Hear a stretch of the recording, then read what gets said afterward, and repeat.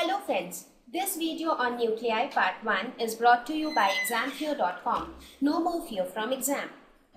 Topics to be covered in this lesson are composition of nucleus, size of nucleus, nuclear binding energy, nuclear force, radioactivity, alpha decay, beta decay, gamma decay, nuclear fission, nuclear reactor, nuclear fusion, and fusion in stars. So, the lesson on nuclei. So, in our previous lesson, we talked about atoms, right? So, now it is time to discuss about the core of the atom, that is the nucleus. So, here you can see on the slide, I have displayed an atom, right, where you have the central positively charged nucleus and the electrons revolving around the nucleus in its orbits, right? So our focus in this lesson is to study about the composition, the structure of the nucleus, the various properties which are displayed by a nucleus, nuclear energy, which has become a very important part of our life because it has become a solution to the present energy crisis. That means we will talk about the energy which we can derive from a nucleus, the interaction between different nuclei. So there are several things which we are going to discuss here. That is, basically we are going to focus not on the atom but only on the nucleus. So to start with, let us talk about the composition of a nucleus.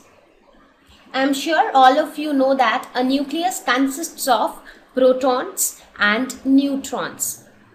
Right? So what are protons? Protons are the positively charged particles which are present inside the nucleus, and neutrons are the neutral particles. So they do not have any charge. Right? So there are certain parameters associated with an atom, right? So we will talk about those parameters before we go ahead with this lesson, because these are the basics to understand the things which are there as we go ahead.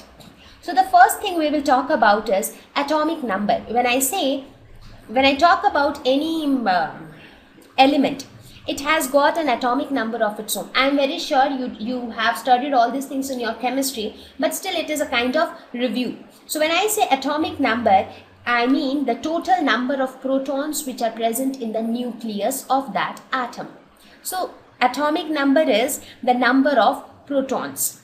Right? It is generally denoted by a capital Z because we normally follow this representation so that it doesn't create confusion. You would see that in most of your textbooks they use this they use a capital Z to denote atomic number. The next is atomic mass, or which is also known as mass number. Like how it is atomic number, similarly it is called mass number. So this mass number is nothing but the total number of neutrons and protons, because see, this is quite logical also. When I talk about the mass of an atom, what does atom consist of? It consists of electron, proton and neutron. We all know that electrons are the lightest particles. Their mass is very less. So majorly the mass of the atom is because of the mass of the nucleus, and nucleus consists of neutrons and protons. So atomic mass or mass number is nothing but the total number of neutrons and protons. So this is known as mass number, and it is generally denoted by a capital A.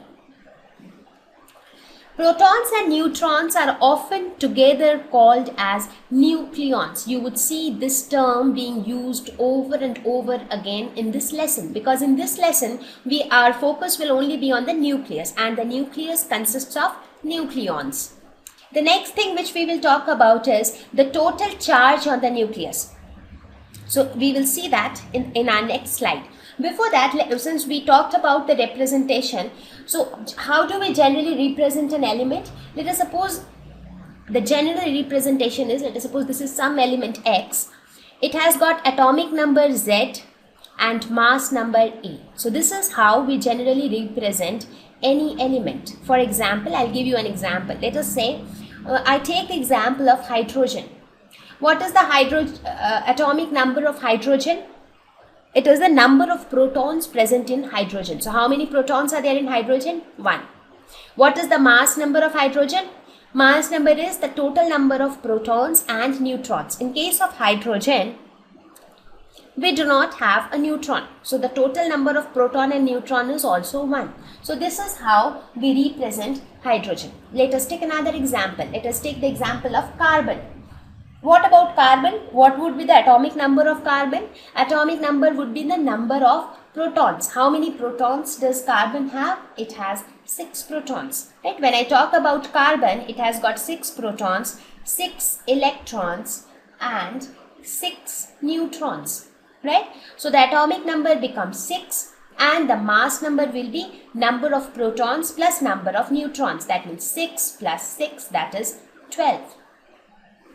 So this is how we represent carbon. Similarly, if I take the example of oxygen, what happens in case of oxygen? In oxygen we have 8 protons, 8 neutrons and 8 electrons, right? However, electron is not playing any role here, right? Because in this case, atomic number would again be 8 and mass number would be 8 plus 8, 16. So this is how we represent oxygen. Right? So this is how we represent elements with their atomic number and mass number. So mass number is also sometimes known as atomic mass. Now, how do we measure atomic mass? Now, I just kept the charge part on one side as of now, because since we are talking about atomic mass, let us finish this discussion. So how do we measure atomic mass? For example, when you think of mass, what comes to your mind? For example, mass reminds you of, whenever you think of measuring mass, you get some measurement units in your mind, right? For example, kilograms, grams, right? Because we mostly use these units. When we go to a shop and we want to buy some stuff, say I want to buy potato. I want to buy 2 kilos of potato. Right? Similarly, sometimes we want to buy 500 grams of potato. Now, all these things which we are talking about are considerably or relatively a greater mass. So here we are using units like kilogram, grams and etc. But when I am talking about atomic mass, I am talking about something whose mass is extremely small when compared to these measurable masses which we see around us. However, for that also, we have employed a different unit to measure it. And this unit is known as the atomic mass unit. So we have defined this atomic mass unit in a specific way so that we get a convention to measure the masses of atoms, which are extremely small values. So this atomic mass unit is generally denoted or represented by a small AMU, and it is often referred as AMU. We often call this as AMU. So how do we define atomic mass unit? It is defined as 1 by 12th of the mass of the carbon atom. So just now I explained you, right, how do we represent an element. So when I talk about a carbon atom, it is C612. Right? So 1 by the mass of this carbon atom, whatever is the mass, 1 by 12th of this mass is defined as 1 atomic mass unit. Right? So how much would be that mass? Let us have a look. So this would mean 1 by 12 of mass of 1 carbon atom. So what would be the mass of 1 carbon atom? Mass of 1 carbon atom comes out to be 1.99247 into 10 to the power minus 26 kgs. So just imagine how small is the mass of a carbon when the carbon consists of 12 nucleons. Even after that, the mass is so less, right? So this comes out to be 1.67 into 10 to the power minus 27 kgs. So we say 1 atomic mass unit is equal to 1.67 into 10 to the power minus 27 kgs. Because, for example, If I say what would be the atomic mass of nitrogen, what would be the atomic mass of helium, every time if we try to represent them in terms of kilograms or grams, you would get values like this. So that was not at all convenient, because every time you will have 10 to the power minus 30, 10 to the power minus 27, 10 to the power minus 20. So you'll get that small value, right? Therefore, for easier convention, this atomic mass unit was introduced, so that now you can represent everything in terms of AMU, and it is generally denoted by U. So now we can say that, let us suppose now you will represent things like this, that atomic mass of some element is, let us say, 3.002 atomic mass units. So what do you think? Is this an easier representation, or is this an easier representation? Obviously this is an easier representation, right?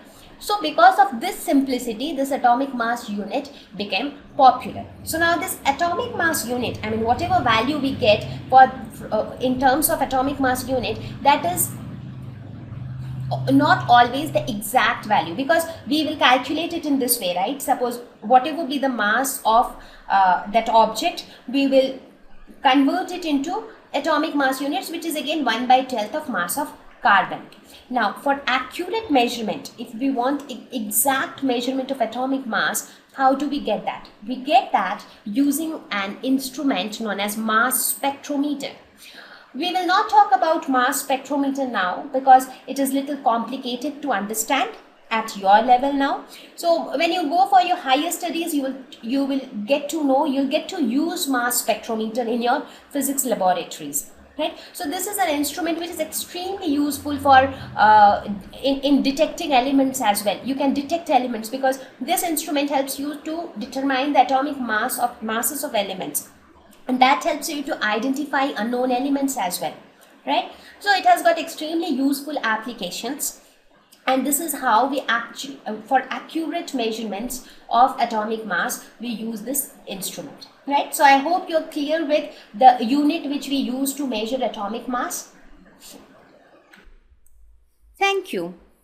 Please visit examfear.com to watch free educational videos, try free online tests, get the best quality study materials, study from the best tutors and mentors, and much more. Thank you once again.